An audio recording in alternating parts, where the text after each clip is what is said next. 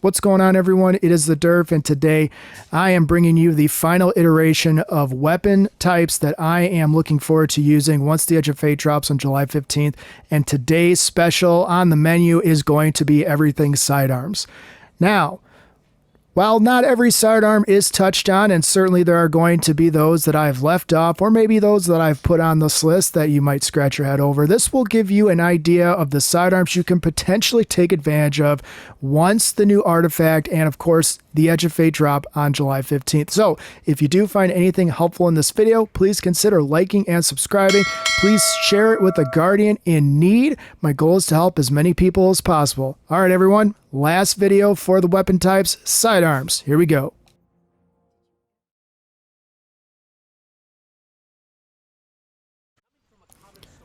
First up on the list is going to be Traveler's Chosen. If you have never messed with Traveler's Chosen, now is your time to check it out. Traveler's Chosen is excellent. You'll see the buff in the lower left-hand screen, and you're going to watch me waste my abilities and then take advantage of my 10 stacks of Gathering Light and look at the refresh rate.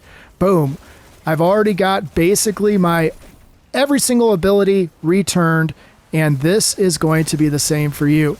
So with the addition of the stunning capabilities that the sidearms are going to have, which is a little bit different, of course, than the artifact this season, you can safely rely on Traveler's Chosen to be able to refresh your abilities constantly. So solar lovers, void lovers, arc lovers, prismatic lovers, it doesn't matter. Traveler's Chosen works with it all. So if you have never messed with Traveler's Chosen, this is your sign to do so.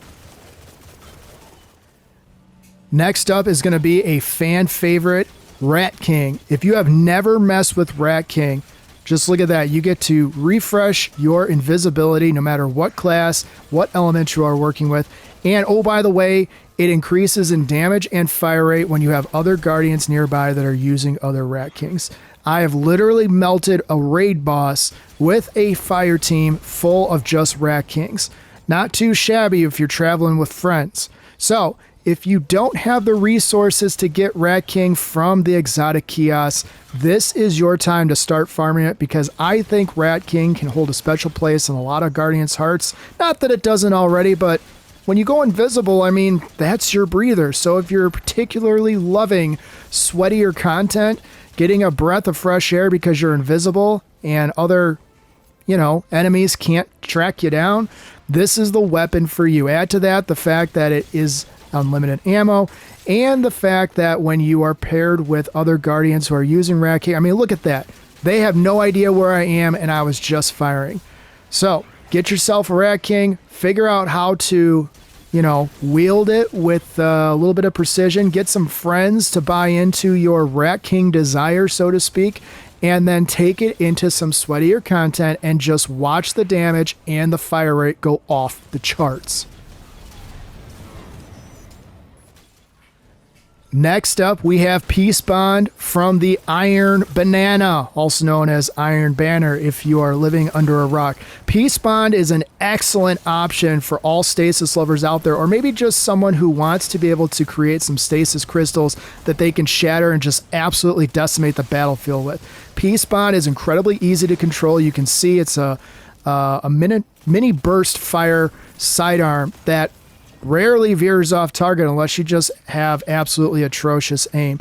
Peacebond is going to be extremely useful when you pair this with some of the mods from the new artifact, which, by the way, brings me to my next point. If you haven't checked out the artifact, make sure you get on Google and look at all the columns, at least the ones that we know of so far, because Peacebond, I think, because it's a legendary sidearm with its ability to spawn stasis crystals, do some shatter damage and things of that nature, I think Peacebond, even though it is technically an Iron Banana weapon, it can be useful in a lot of different activities, especially sweatier ones where there are a lot of ads. So if you haven't picked up Peacebond yet, hey, you got to wait for Iron Banana to come back, but it is a weapon worth grinding for. Next up, a Rite of the Nine sidearm, Liminal Vigil.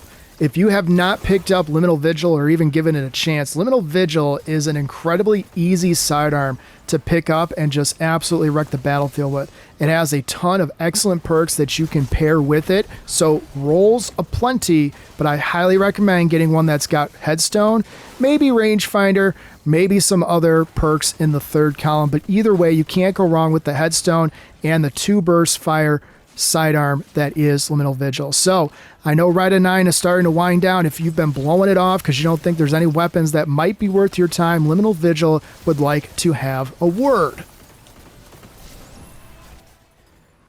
Next up, a sidearm that needs zero introduction to Guardians everywhere, and that is Tina, also known as Tinasha's Mastery. Tinasha's Mastery's God Roll, of course, is air trigger and chill clip, and it's a beauty. Super easy to control, and you get the ability to stun pretty much every champion with this weapon, except now that it's going to change from barrier to a different champion, you're going to have to account for the barrier. Unfortunately, Tinasha's Mastery can't stun barriers here in the Edge of Fate, but don't let that work against you from trying it out. You can still take on overloads and unstoppable champions with this, and it kills 2 birds with 1 stone theoretically. So, of course, Tinasha's Mastery, you have to wait to be able to farm it, but once you get the opportunity, if you don't have it, go ahead and pick it up and see what you can do with it, and take advantage of what everyone has been in love with for this entire season. Next up, we have a weapon that I don't even know if I need to really give an intro for, and that's the Cryosthesia. The Cryosthesia, of course, is an exotic stasis sidearm, and with its ability to freeze after getting a kill with its different reload mechanism, you have the ability to theoretically take on multiple different champs, thinking unstoppables as well as overloads. Of course, stasis is very useful for being able to deal with champs, but I mean, I don't know about you, but I think it's also useful, at least with this weapon, for dealing with a lot of adds in very short amounts of time. So if you have never tried this exotic sidearm, this is your chance to get some proverbial range time with it before the Edge of Fate drops, because I think it's going to be one of those that you're going to want to maybe mess around with and pair it with some really good solar builds. Next up, we've got a sidearm that I love to abuse in a lot of different strand builds, and that is Mykel's Reverence from the Root of Nightmares raid. If you have never tried Mykel's Reverence or even bothered crafting it, this is your sign to do so. Its ability to be paired with a lot of different, what I would call S-tier perks to cause a lot of chaos on the battlefield. I mean, I understand that this is a controlled environment, but I mean, the ease of use is 100% legitimate. So, with the ability to pair with a lot of different strand builds as well as prismatic, you can pair this with a number of different exotic armors. Of course, we're going to have a lot of different options here coming up in the Edge of Fate. I think Mykel's Reverence is one of those weapons where it pays to at least check it out, get it crafted and level up, and put some perks on it that you know you would be able to take advantage of. Next up, we have the Call, a special ammo strand sidearm, legendary craftable sidearm. If you haven't been messing around with the Call, you've probably been living under a rock or have no clue what Destiny is, but for the rest of us who've played this game at least one time in the last year and some odd change, the Call is going to be back and still just as powerful and lovable as ever. So get yourself leveled up with the Call if you've kind of shelved it because you have let Tinasha's Mastery, some other sidearms take over your vault. The Call might prove to be useful because once again, Strand is going to get some love. Not a lot, but enough that's going to be worth making sure that your Call is up to speed for whatever activities you might be running. Next up, we have Final Warning, an exotic strand primary ammo sidearm. The Final Warning has been a fan favorite for a long time with its ability to absolutely just decimate. When you hold down that charge shot and release, you get some tracking, you get additional damage, you of course get severing, unraveling, add it all up, and what do you get? You get an absolutely ridiculous sidearm that I think is worth your exotic slot. Now, some can make the argument that this might not be worth your exotic slot in a lot of builds, so this might pair very well with maybe some solar strand builds here in the final shape. Maybe you don't take this into a GM, or maybe you do and you just learn to build around it and just use some burst DPS weapons once you get to the boss. But either way, final warning, level it up, get it ready, and start thinking about how you want to use it. Next up, we have Breachlight, which of course is a 325 round per minute strand sidearm. You can only currently get this from the failsafe helm activities. So if you've been sleeping on this one or you haven't been farming it, get out there and start farming it, because this one is well worth your time. It's got excellent kick, superb handling, and as you can see on the screen, of course, I understand that I'm pairing this with the strand modifications in the artifact, but you're not really going to be hurting for this not being a, an exotic sidearm. This weapon is absolutely ridiculous. You can pair this with Slice and Hatchling, which means, the possibilities are endless for the builds that you can put this in, but you have to have it in order to use it. So if you don't have it or you haven't been messing around with it much, this is your sign to go out and try. Next up, we have the Drang Baroque.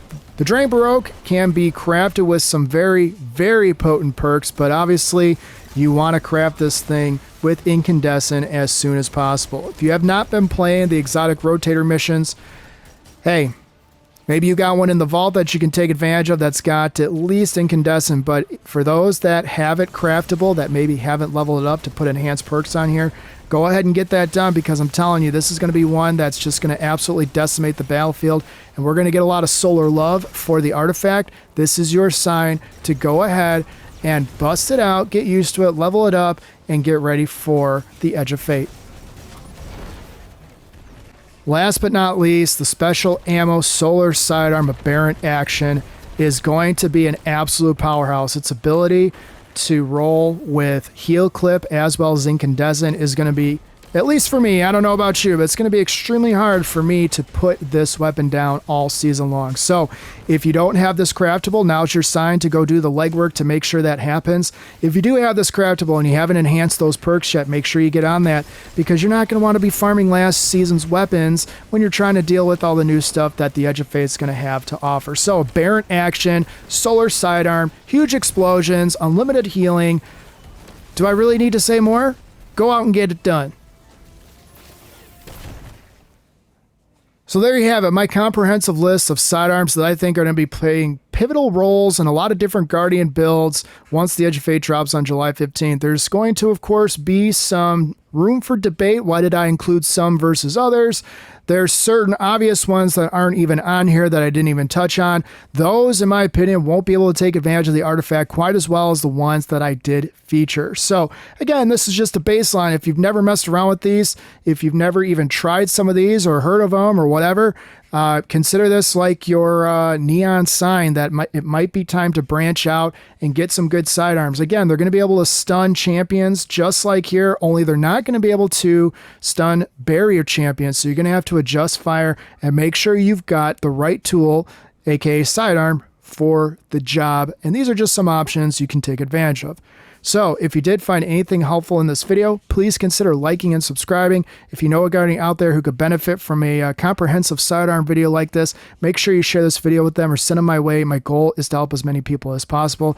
As always, if you guys are looking for a non-toxic gaming community, feel free to hop into my Discord. We have a lot of great members in there that are just looking to help others out, pal around the galaxy, taking on the enemies of the traveler. So I really appreciate all the support that I had for these videos. This isn't my normal video style. As you guys know, I usually do more just build videos in general. I don't really do like weapon specific videos, but I just thought it'd be important to at least throw these out there. Maybe it helps somebody out there, and maybe it gives some ideas of things that people can use once the Edge of Fate drops, because we're all going to be chasing that, the armor and the archetypes and the tiers and all that stuff. So this is one less thing to worry about.